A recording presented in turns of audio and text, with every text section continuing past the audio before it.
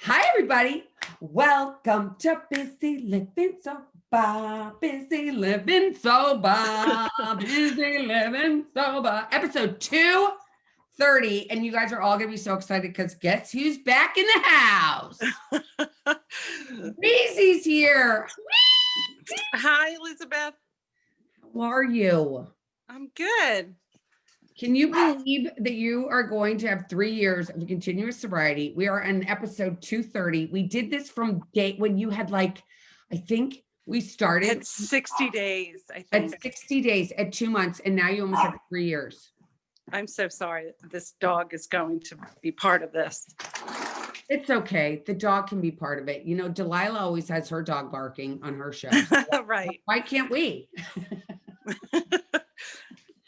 What has been up? How have you been? How is life in COVID? How is life been? Because so many of our listeners have been like, where is Louise? What happened to Louise? Where is she? Well, life has been good, hectic. You know, the last time I spoke to you, I bought a house. So I bought that over the summer.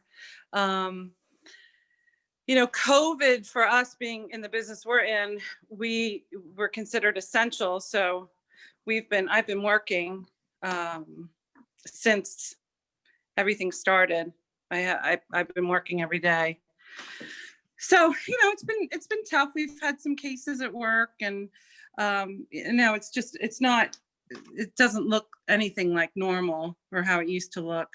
You know, it's hard. It's hard because we had a lot of people, you know, working from home, and then we tried to bring them back, and then people were, you know, adjusted to working at home. And so it's been hard. You know, we're trying to be flexible with working from home, and you know, the office isn't the same. There's about a quarter of the people there. So it's been hard. But I want to go back because I don't even think we talked about I don't even think we did. We do one. Had you bought your house? I think you had bought your house, but I had. Yes. And you bought your house and you had gone through all those challenges. And I want to talk about how many things that you have conquered in almost the past 3 years. Because you think about it and what it was like when you had 60 days to compare to what it's like now, embarking 3 years. And you're so funny when you have all your funny stories. I mean, you bought a dog. Well, it's funny. It is funny that I was thinking about on my ride home that, you know, always thinking what you're going to be asking me. And one of the things, I'm sorry, I don't even know how to do. Okay, there we go. I'm sorry. I got a call coming in. I don't know how to get rid of it. But anyway, I was thinking that you were going to ask if it's felt like 3 years. And the only thing I can say to that is it feels like a long time because I can't even imagine, how do I say it? I can't believe that only 3 years ago, my life was so screwed up and I was in so much pain and people around me were in so much pain. You know, it's hard to believe that was only 3 years ago. So much has changed. I can't even believe that I was that person. You know, it's scary. So I have a friend that I've known my whole life, and she is realized that she can't have her relationship with alcohol isn't working, right? She's hit her bottom, and she's going through a divorce. And when this first happened to you, you were living your house. I mean, I'm going to bring you back just for 2 seconds. Okay, great. Oh my God, why do we have to go there? But I'll tell you, I remember you were living in that house. You thought you were going to lose it any minute. You had a husband that was totally not supportive. I don't know if that's changed. And so, and you were getting sober, and you were still, and you still do this commute to work.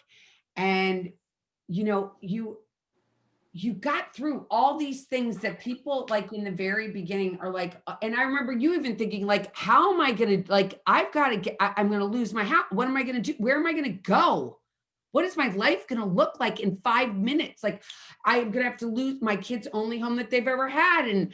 And I'm sober now, and I have to work, and I can't get to meetings, and I can't do all this stuff, but you persevered. And how did you do it? Yeah, it was hard. When I think back, I know, I know a lot was that I knew that everything, I knew that everything was going to work out for me. I knew that there was, you know, when you talk about, you used to always talk about the pink cloud and, you know, all that, that I knew that I was going to be challenged, but I knew that everything was going to work out. I had to believe that. I had to believe that that it was going to be uncomfortable and it was going to be unsettling, but that things would work out as long as I stayed sober. I mean, that was really the only thing that I knew. I had to stay consistent, that I had to stay sober. And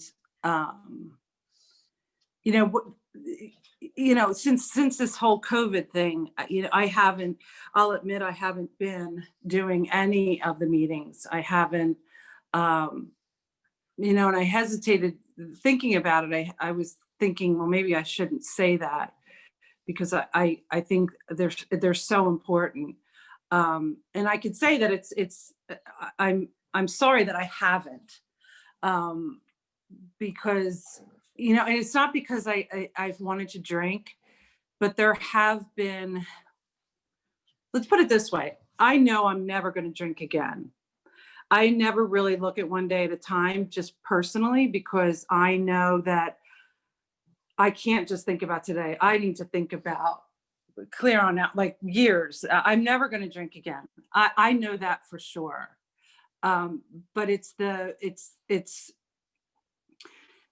that constant, and I didn't go every day because of work, but I went enough that I always had a meeting or two, you know, each week, and I haven't had any.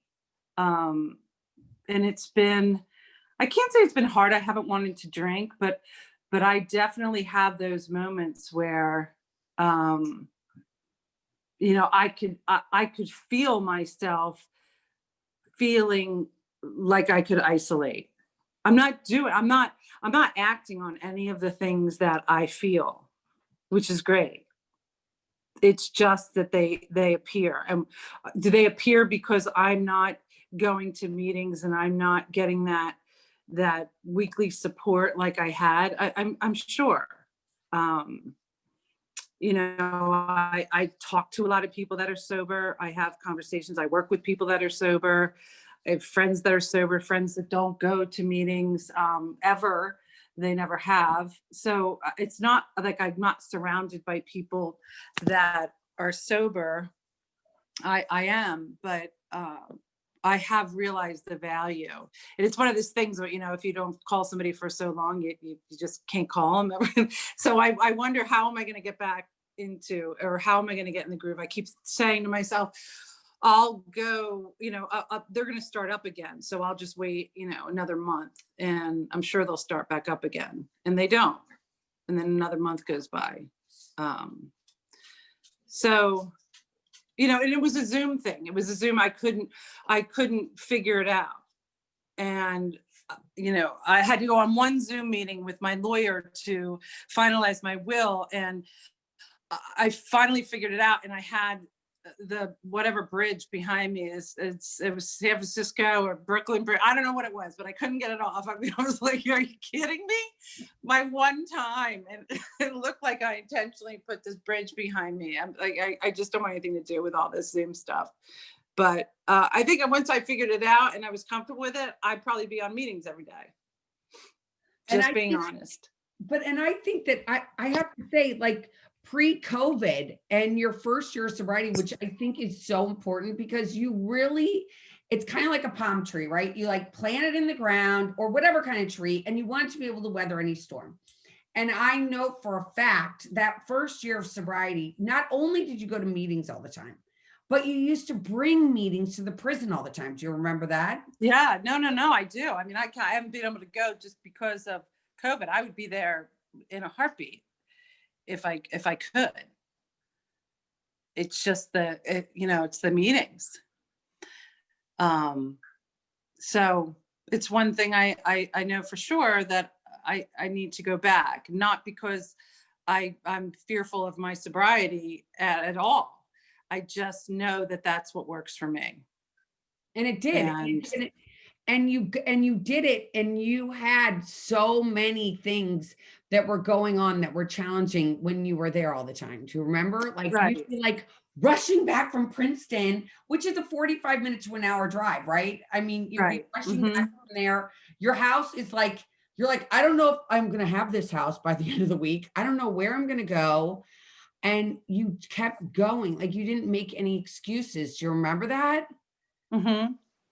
Yeah, and then I get this house and I'm doing a lot of work to it, and I just all of a sudden I don't have the time. I don't have, and it's not just the time. It honestly was just a lack of being able to feel comfortable knowing what I was doing to get onto a Zoom meeting. Was I just had no idea, and it's so silly, and I know that, but I'm just being honest. That it was intimidating to me. And the intimidation now, fast forward how many months later, I still haven't had gone to a meeting. So You will. mhm. Maybe I you, need to. yeah. I want you to come to the morning meeting that I started. You would love it. They would think you were a rock star because there's all these newcomers from all over the place. You would love it. Sorry, I have to get this toy from my dog because the sound is horrible and people will not know what it is. So tell Yeah, us, so the bottom line is I am going to get back into the meetings, and I can't just be hopeful that they're going to start again next week or next month. I just have to do something. so tell us now. I want to go back to like the COVID thing. So you're there with two little kids, and Mhm. there's a lot of people that are sitting at home and they've got kids at home and they're like doing this online learning from the home. And mom just wants to have another cocktail. And what's your advice to her? Pick up the phone. I mean, I can, this has been a time where I've thought a lot about people that are suffering, or people that are, at the point I was 3 years ago, or even earlier, or before that, um, you know, that, that feeling. And I'll tell you honestly, I had it when we had the snow day the other day. Um, it, I had that feeling when I woke up in the morning. I had a feeling for other people, thinking, because I had just recently reconnected with a friend of mine from college, and he just got sober, and he was when I reconnected with him, he was 60 days sober, and we were just talking about I mean, we did find a lot of humor, which is great. And I'm all about the humor of sobriety.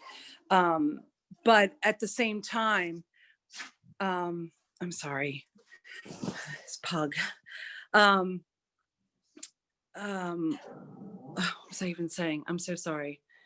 You were saying about your friend with 60 days. Oh Oh, yeah. And and you so, were and like, we, yeah. it just, when I woke up and it was a snow day, all I can think of was just how hard. And I reached out to him and I said, you can always call me, because just like that mother that's at home and sees the wine bottle and sees a glass and thinks, should I fill it? What time is it? And I just know what the end result is. And I know what the end of that day looks like. And it's not pretty. But I had that feeling, and I can't, I had it for myself because I know what that was like.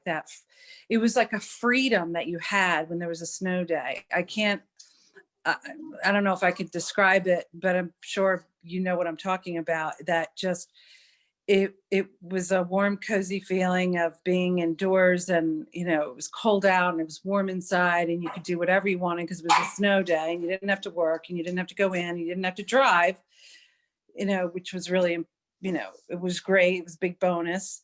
You were just trapped inside and you drank, and that's what I did, and it's just that feeling that comes back. When I first got sober, when I got these feelings, I used to get very scared that that it would that it would make me feel as though that was a warning, that was a flag, that something was going to go wrong if I was feeling those feelings. And now I just know that I'm always going to feel those feelings.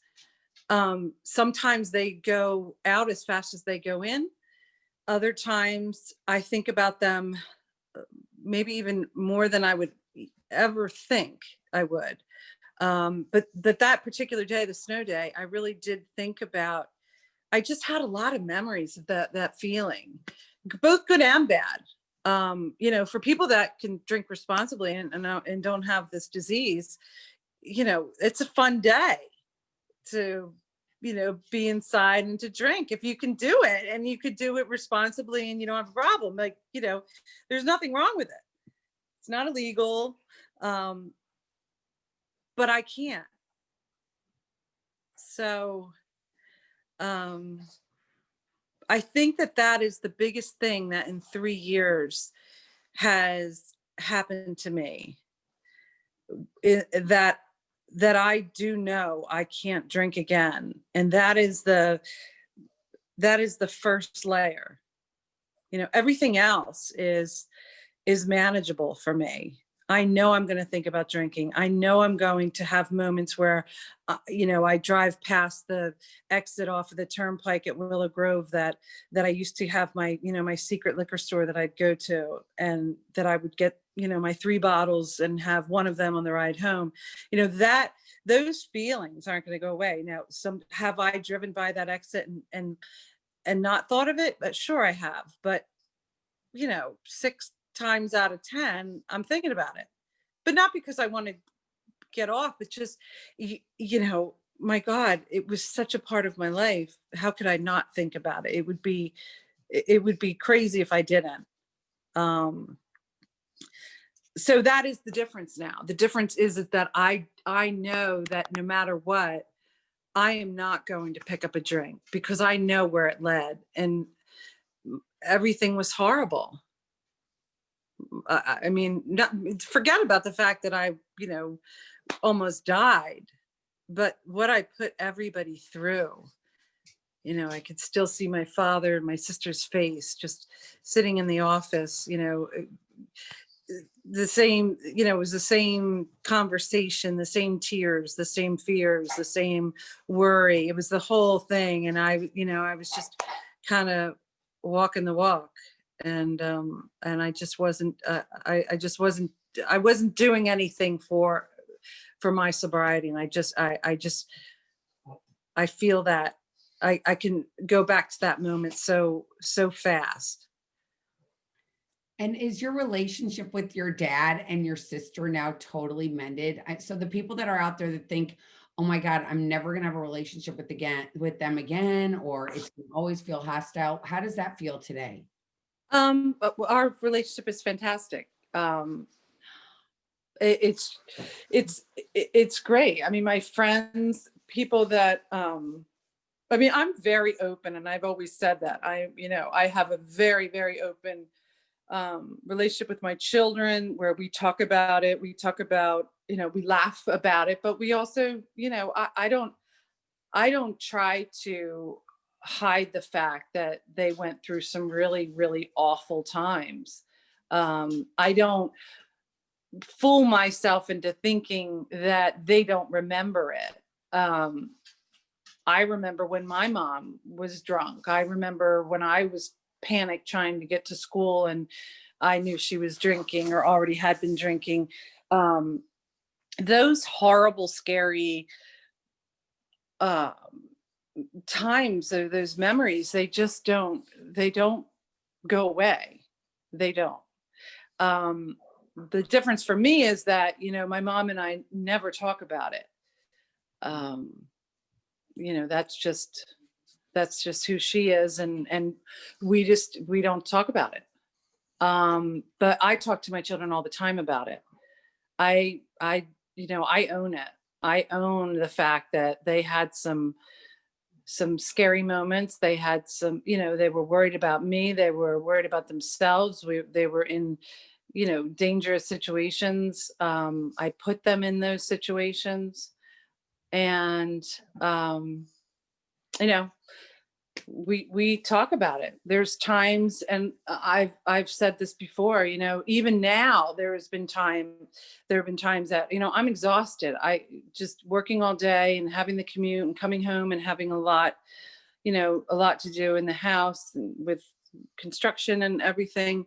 I'm exhausted, but I get nervous about falling asleep or nodding off when I'm on the couch watching TV with them, because I can see them morph into their face. I can see that look. And it's not to say they think I'm drinking, but it's just, it brings them back. It's a reminder, and it makes them feel, as crappy as it made me feel as a child of an alcoholic, that it just, it doesn't go away. Does it get better? It does. And especially, like I said, if you add humor to it, but the relationships are mended so much faster than what you would ever, for me, or what I ever thought. I thank God every day that I have what I have right now. But I worked for it. And my children did a lot of work, and my family did a lot of work. And we're where we are because we all, we put in that work. I love that. I love that. Now, Lila's a freshman, isn't she? Yes. She's Mm-hmm. a freshman in high school. And has she been, so if a mom's out there and has she been introduced to any alcohol, or we know weeds all over the place and that sort of thing? Have you had any of those encounters? No, she hasn't. I mean, I ask, and they just don't seem like they are. It's very different because, I mean, God forbid she knows what I was doing in my freshman year. It's very different. We were tooling around in cars with, I mean, like, I don't get it, going for cigarettes and, the local, store. And I don't know, but they don't, unless I'm hoodwinked, it doesn't seem like it's an issue. Isn't that nice? But she It knows is where it nice. takes you. She knows, right? She's like, I know that I could have a better chance of getting this than most people, right? Oh, absolutely. And I do talk about that a lot because, you know, I've told them, even, in my will, I have certain stipulations that, they can't be, I mean, anything that they were to get, anything, any trust will be contingent upon their, not being, like any, addiction. If there's any addiction whatsoever and they're not clean, that I had to put that in there because the likelihood of them being, an alcoholic is high. I hope not, but it's a reality. And how are you dealing with their mental health with all the stuff with COVID and having not being able to see their friends? Do they still see their friends, and what's going They on? do. I mean, I think, everybody seems a little different with this. I mean, and even in my friend group and then her friends group and my sons, I mean, there's some parents that won't let their children come into my house. There's some that it's not an issue there. It's all over the board where, and no judgment from me, because I will say that, Kathleen, my best friend, she's, her sister has COVID right now, and she's in the hospital. And fortunately today she's took a little turn and she's getting better. But, the reality is she's, young, and it hit her so hard that she was, I mean, it's scary. It was scary.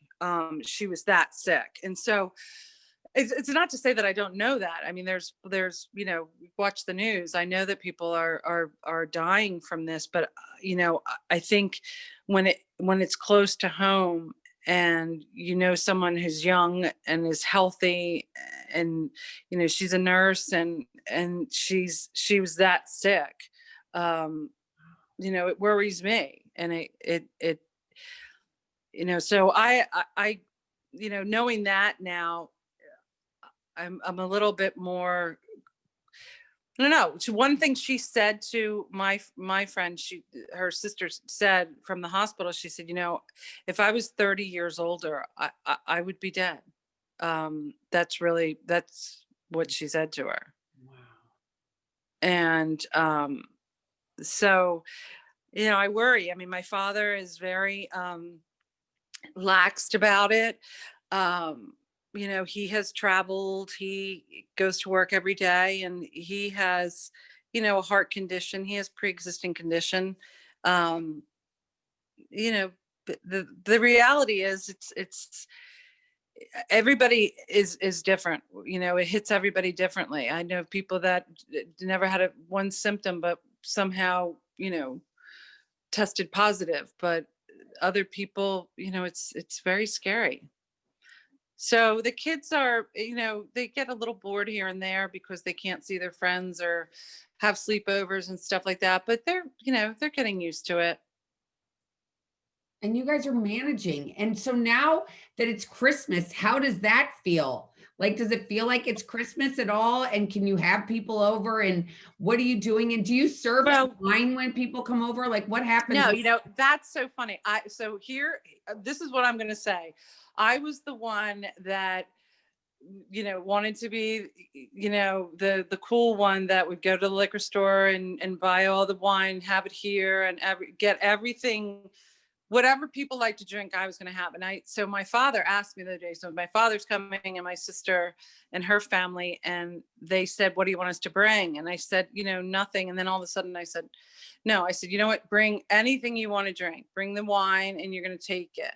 Like, that ship sailed. I don't want it in my house. I don't care if it's in the house while people are drinking it, but when you leave, take it with you. I feel totally comfortable not having any alcohol in my house. It was a huge change for me, because that was one thing that I always said. I remember that. I remember Right. that. And when did it change? I think a good solid year made the change. A solid year, and this goes out to all the single people, a solid year of not dating, of not having any type of relationship. And I know you were very adamant about that with me.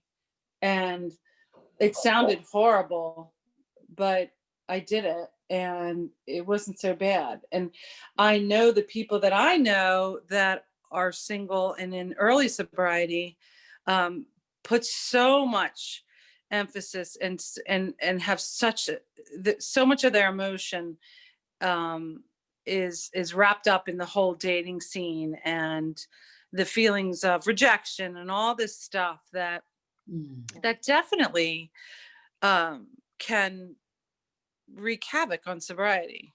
And I've seen it with people. I've seen them, go back, and I've seen them, I've seen people relapse over it. Yeah. And I get it, because especially online dating and all that. I mean, you don't, the rejection, there's never, there's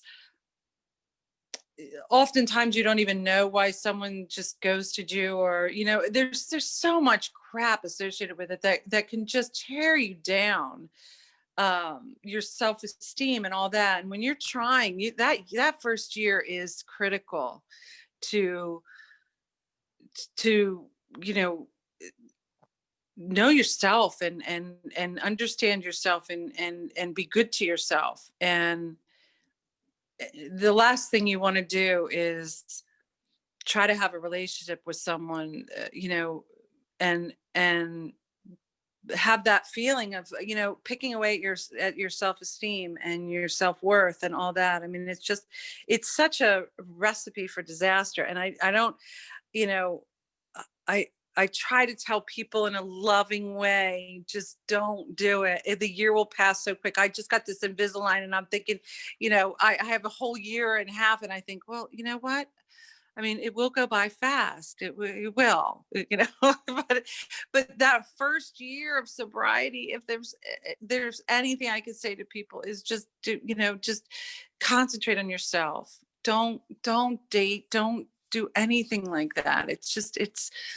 Don't throw parties. Don't go to bars. Don't do all the things that I wanted to do, because I wanted to have this image that I don't know who wanted to see it or who even cared, but I thought everybody, you know, thought was cool. Thought, God, she's got parties, she goes to bars, she's something else. Goes to the liquor store all the time, buys it for everybody. And I don't do it. I haven't been to a liquor store in 3 years. Isn't that awesome? I love Yeah, I that. don't think. Maybe I have. Maybe in the very, very beginning, but I have not. I have no desire.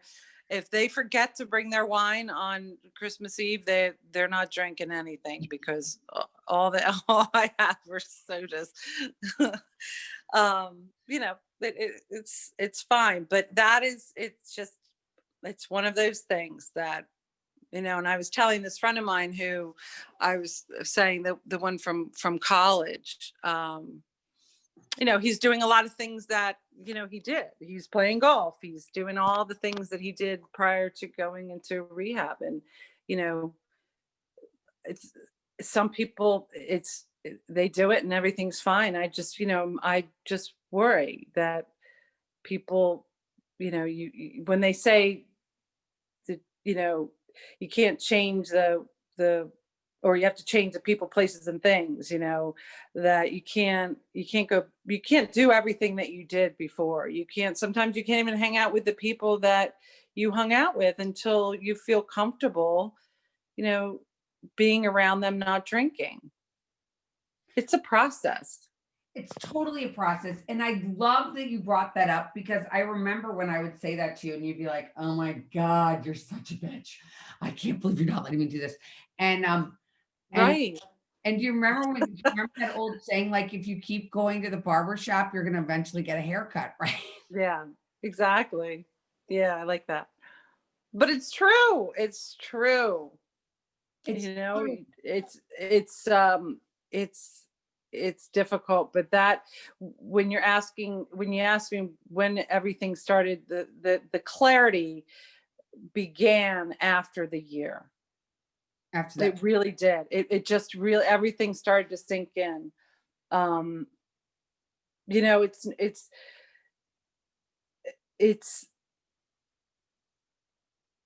when I used to have when I used to think, and I used to get worried, or I used to get squirrely, I always isolated. I never called. I mean, that was one of the things that you said to me the most, just pick up the phone. It only takes 2 seconds to talk me off the ledge. And that, the reality is that's really all it takes. As soon as you make that connection with somebody, um, it's a matter of life or death, truthfully. But it's so simple. It's so simple to call somebody and say, God, it's a snow day today, and all I can think about is how I used to, drink a whole bottle of vodka and, pass out on the couch at 4 o'clock. It doesn't sound very appealing to to, people without a problem, but I mean, that was what I did. And, to be able to even call a friend and just, laugh about, what it would look like at 2 o'clock already. I mean, we'd be hammered by 2. But I also, on the flip side of that, remember the absolute terror and fear that, I didn't have enough alcohol and the stores were closed, or they, I mean, I never want to have that feeling again. That was horrible. Horrible. Just not having enough, right? Not having enough. No, no, But was it ever enough? no, it wasn't. It There was. really wasn't. So what do you so if somebody's like, so what do you do instead of drinking? And I do know that you've been on maybe on a couple dates since you've been sober. And how is that dating when you're sober? I mean, it's fine. I'm not having, much luck. I'm very honest. I have a lot of friends that, um, I have friends that go all different ways, but sober, some people that I know that are sober, you know, usually wait a while to like drop the bomb, if that's what you want to call it, about them not drinking. And I just don't look at it that way. I want that to be the first thing on the table. And if you don't want somebody that doesn't drink, then, I'm not your gal. And, and I just think that is the way to go. That's my personal opinion. I just think, I don't judge anybody. I have met guys that truthfully, enjoy me, like me, but they want someone that they can have a glass of wine with and at nighttime and, watch a movie or sit by the fire, and they're honest about it. I respect that. You know, I get it. So, the person's out there. But I like to be able to be upfront from the beginning. A lot of people say, well, it's none of their business. Really, I mean, I kind of look like it kind of is, because, eventually they're going to know. I mean, how long can you go without, you're always going to get to the bar first and order the drink that looks like a cocktail. So when they get there, they think you're drinking. I mean, it's so much work. It's too much work. So I'm honest and I say it, and whatever happens, happens. And sometimes, I can tell from the very beginning, it's not going to work for them. And that's And you totally don't fine take with it me. personally. You don't take it personally, do you? I don't take it personally at all. I don't, because I get it.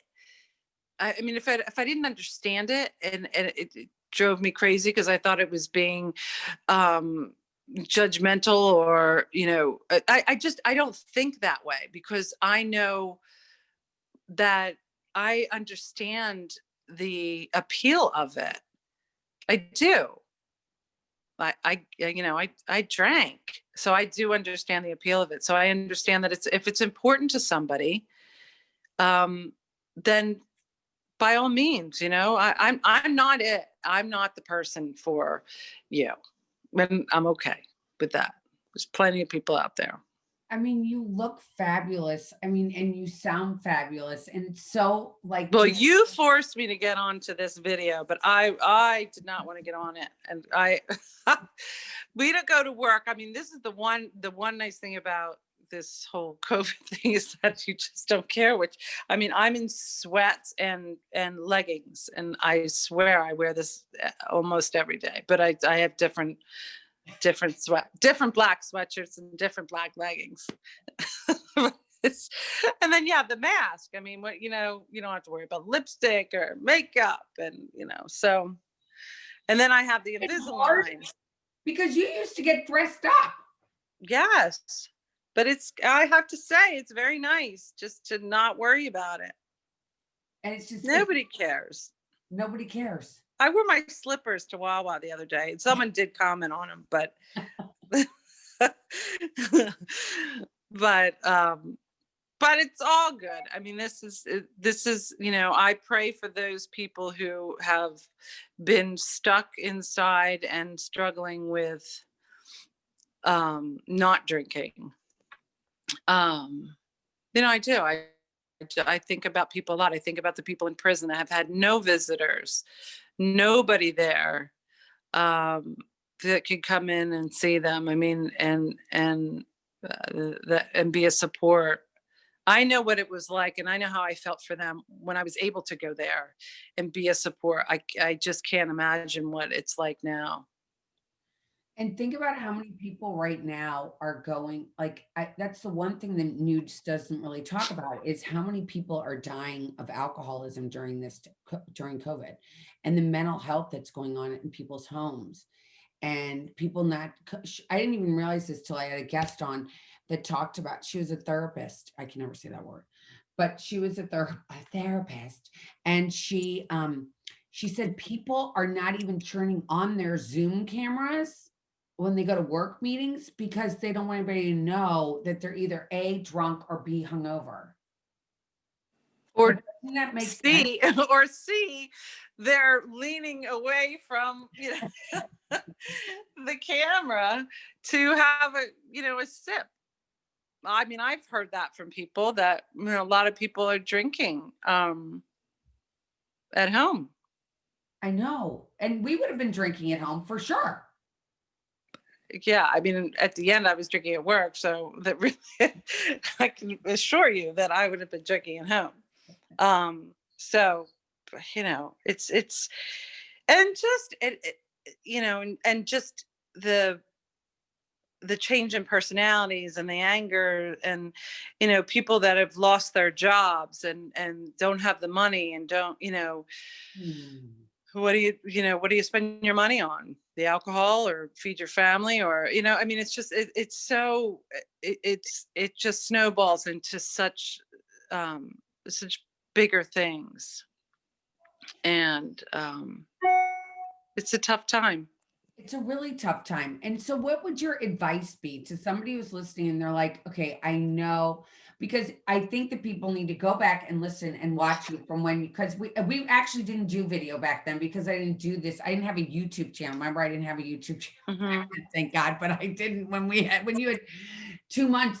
But like somebody's at home and they're like, what was the first step? I mean, I know you went into treatment for 30 days, right? 28 days. Hmm. And then you got 30. home.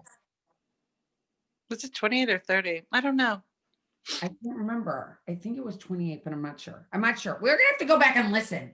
Okay. Yeah. So you went into treatment and then but if somebody's like, I don't have money to go to treatment, I don't know. I mean, obviously, if you're having the shakes and the DTs, I mean, you can have a seizure. I want to tell our listeners Yeah, if you do need to see a doctor, right? I mean, don't you agree with that? absolutely. I mean, I honestly think that if I had waited a couple of more days, excuse me, I absolutely would have probably had seizures. There's no question. I mean, I couldn't even sign my name to say even with one. I was just talking to somebody about this the other day, signing a check that I had to hold one hand, hold my other hand with my other hand, or hold the handwriting with my other hand. And even that, I couldn't write. I could not write my name. That's how bad I was shaking. I mean, I mean, you think back and it's 3 years and your life has changed. Like literally, it's been like 360. It's like it's Mhm. not a 180. It's a 360. It's like I mean, it looks like the same girl and she smells like the same girl, but she's a new girl. Well, I hope I don't smell like the same girl.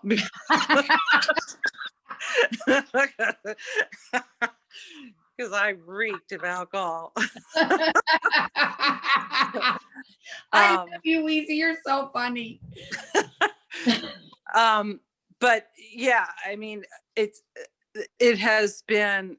I think what scares people is that they don't realize how they think that that's going to be years, and it maybe even more than a couple of years, or 3 years, 4 years, 5 years before things start to repair themselves, before things start to look better, before people start to trust you again, before parents start to aren't I'm the one that volunteers to drive the kids everywhere. I mean, I wouldn't have thought that would have been where I'd be at right now, that that people would trust me, people would um count on me, all this stuff, that you think is going to take so long, that I mean, I have friends that I have a group of women that we go out to dinner as frequently as we can.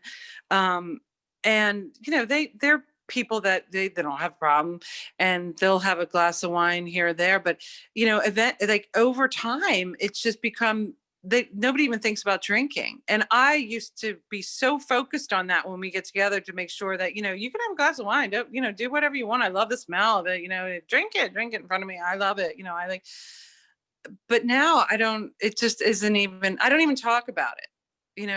They're grown people. They can drink if they want to. They know it doesn't bother me, but I don't make a big deal out of it anymore. But going back to my point is that you spend so much time thinking about how nothing's going to change anytime soon, that people aren't going to invite me over for dinner, or people aren't going to, they're just not going to want to be around me because I don't drink. I had a friend of mine who I thought of for years, that is a friend of my daughter's mother, and we both were thinking for probably a year, we'd love to be friends. But I mean, I'm thinking, oh my gosh, she's so fun and so crazy that she would probably never want to be with me once she finds out I don't drink. And she kind of was thinking the same thing about me. And I forget exactly how it happened, but we found out that we both are recovering. And it was just very funny, because we've known each other for a while, a significant amount of time. But we were both thinking that way about each other, that, she must have these, kick-ass parties, and she's never going to invite me, or if she does and she sees I don't drink, I'm never going to invite it again. All this thinking, all this, stuff swirling around in your head, and lo and behold, we're really great friends, and we have a great time talking about all our stories and how much we have in common. So I think that is the thing that worried me. I mean, there's just so many layers to it, but one of the layers was that I was so worried about fitting in again and having a life that looked normal. And it really didn't take that much time, but that year is critical. That year is critical to just be good to yourself, and don't don't do anything crazy, don't change jobs. It's just, you have to follow what the people before you tell you to do that are successful. I mean, Louise, like you're a poster child, literally, of what happens, when you stay doing this path. Yeah. But I mean, I'm not saying that to, pat myself on the back, but I mean, it works if you follow what people, the advice that people give you, and the advice that you gave me. I mean, it all works. And all of a sudden you turn around, and 3 years later, after you ruined a Christmas, 3 years later, you're, it's amazing. It's amazing. It truly is amazing. My voice is sounding weird, isn't it? Why? I don't know. It sounds weird on my end. So the person that's out there, do you say reach out and call someone, go to a Zoom meeting? Yes. To go to a meeting, because I have not, but I'm saying out loud that I don't think it was such a great idea. I don't. Well, I'm excited to see you. Yeah, maybe I will commit to going to tomorrow morning Zoom.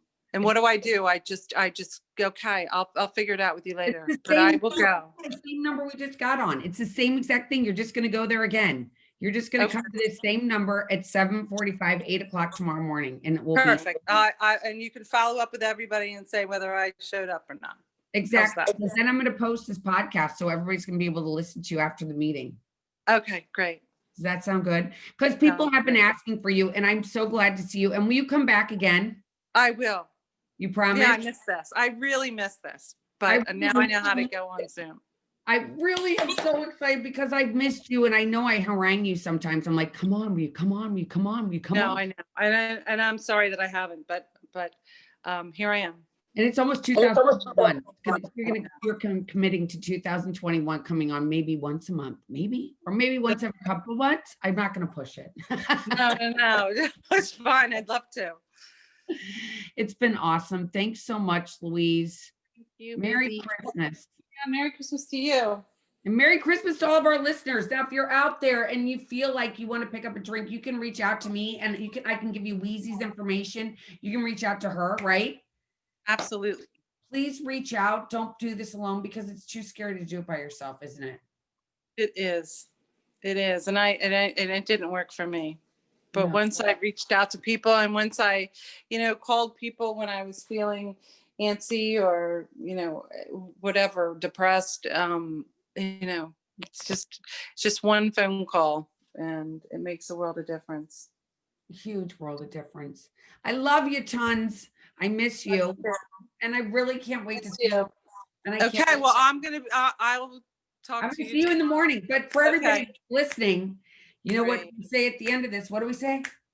Don't forget to keep getting busy, living sober. sober.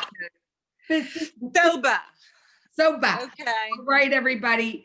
Thanks everybody for listening. And Merry, Merry, Merry Christmas. I'm going to be on one more time this week on Thursday. I have a guest, and then it is going to be Christmas break. But until next time, keep getting busy, living sober. Bye. Bye. Everybody.